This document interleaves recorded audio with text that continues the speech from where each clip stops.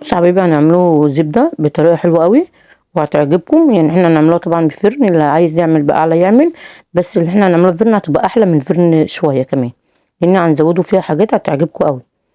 بصوا طبعا الزبدة يعني طلعت احلى كمان من الزبدة اللي انا حطاها، لاني طبعا مزودة فيها حاجات هتعجبكم جدا. معلقتين كده بساط هيخلولك الزبدة طعمها حلو قوي. طبعا ومكوناتها سهلة جدا، يعني من كل حاجة كوباية هتعمل لك قالب حلو قوي. بس طبعا القالب متماسك ازاي، نفس قوام طبعا الزبدة اللي بنشتروها من بره. واهم حاجة حبيبي معلقتين اللي انا هحطهم دول هيعلولك التست جدا. دي طبعا كوباية لبن هضربها كويس قوي،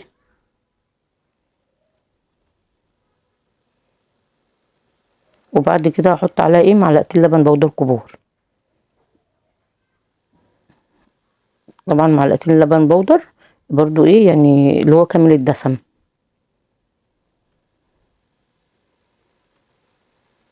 هتعجبكم جدا وحلوة قوي. بس حبيبي اهم حاجة يعمل معاكي الريمة دي. بعد كده هحط الزبدة،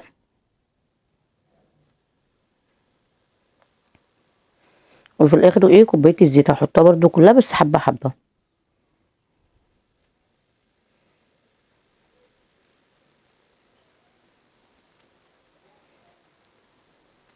بس حبيبي طبعا القوام بدأ يتقل،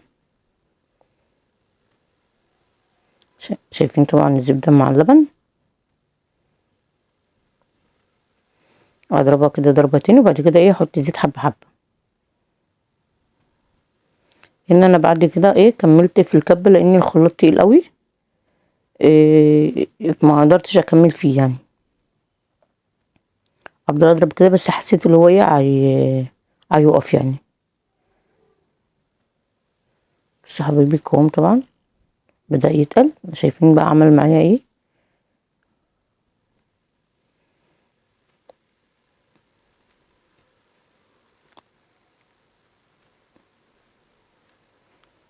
طبعا جميلة جدا. وهي بصي يعني احنا لسه ما كملتش كوباية الزيت وتقلت قوي، لان طبعا اللبن كمل الدسم وحطيت معاهم معلقتين لبن بودر، فعلوا كمية اللبن قوي يعني. يعني اكنك حاطة قشطة. بص انا حبيبي لقيته بدأ يتقل قوي. طبعا عمالة اقلب بقى من اللي هو من تحت.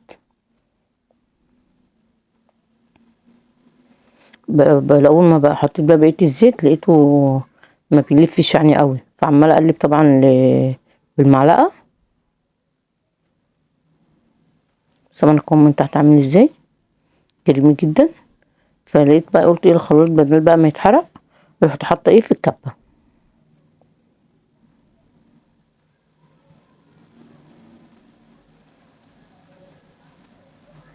وبعد كده حبايبي احط معلقة خل ونص ليمونة. بص القوام عامل ازاي.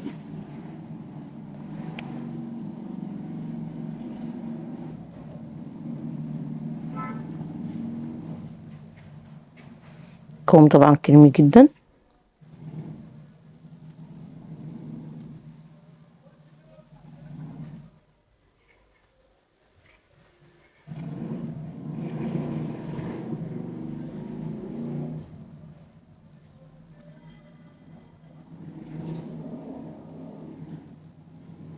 هنا طبعا بعصر الليمون وحطيت معلقة خل. بعد كده طبعا عايزة اللون الزبدة اللي هو بره يعني، فاحط رشة لون. طبعا مش عايزة دي بقى تحطيها ما تحطوش، دي خطوة اضافية. بس انا قلت طبعا عشان كده اديك نفس اللون بتاع بره. بس يعني رشة كده صغيرة. بس يا حبيبي هي زي رشة الملح كده. وطبعا هضربها ضربة تاني القوام الحمد لله بقى كريمي وريحته طبعا تحفة. فكده احنا ما حطيناش طبعا اضافات كتير، هو معلقتين لبن بودر. طبعا هما كامل الدسم واللبن كامل الدسم، فاعطوني نتيجة حلوة قوي. وفعلا هتعجبكم احلى من بره يعني. هنا طبعا كل ما بتحطي لبن كويس و... ويعني كامل الدسم نجيبوه طبعا من الفلاحين او من لبان ما عارفينه يعني. دي اهم خطوة يعني، لو جبتي لبن حلو النتيجة هتطلع حلوة قوي. طبعا ونوع الزبدة احنا اللي بنختاروها طبعا على حسب نوع الزبدة، بس اللبن البودر برضو بيديكي اضافة حلوة يعني. وبصوا طبعا القوام ناعم جدا، وهي مش هتغيب في التلاجة ان هي ساعتين وهنقطعوها، هتديكي القوام طبعا تقيل وحلو قوي، وطبعا والله ريحتها تحفة. وطبعا اللون ده مش اساسي يعني، طبعا هي عملت لي العلبتين الصغيرين دول بس ما شاء الله يعني جميلة وريحتها حلوة قوي، هتعجبكم قوي موفرة قوي يعني. وبصوا طبعا انا طلعتها بعد ساعتين من غير تلاجة ولا حاجة، القوام طبعا تقيل،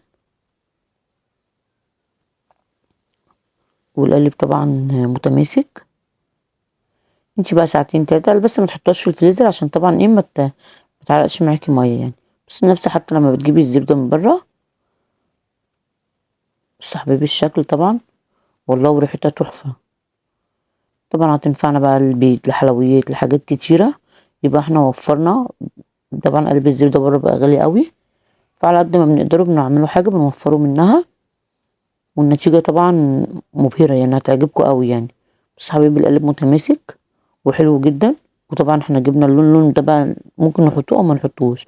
بالف هنا وشفا، والسلام عليكم ورحمة الله.